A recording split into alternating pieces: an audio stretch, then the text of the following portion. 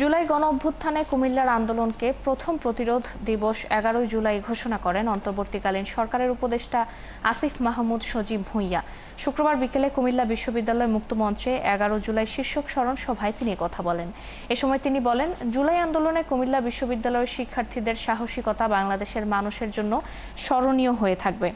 পরে তিনি শিক্ষার্থীদের প্রতিরোধকে স্মরণীয় করে রাখার জন্য বিশ্ববিদ্যালয়ে স্মৃতি মিনার স্থাপনের উদ্যোগকে সাধুবাদ জানান। সরকারের পক্ষ থেকে ঢাকা-চট্টগ্রাম মহাসড়ক প্রতিরোধ মিনার স্থাপন করার ঘোষণা দেন তিনি।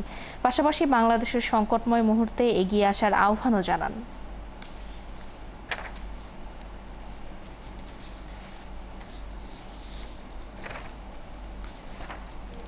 এই দিনকে সেদিন শিক্ষার্থীরা ঢাকা পরেও যে জবান ছিল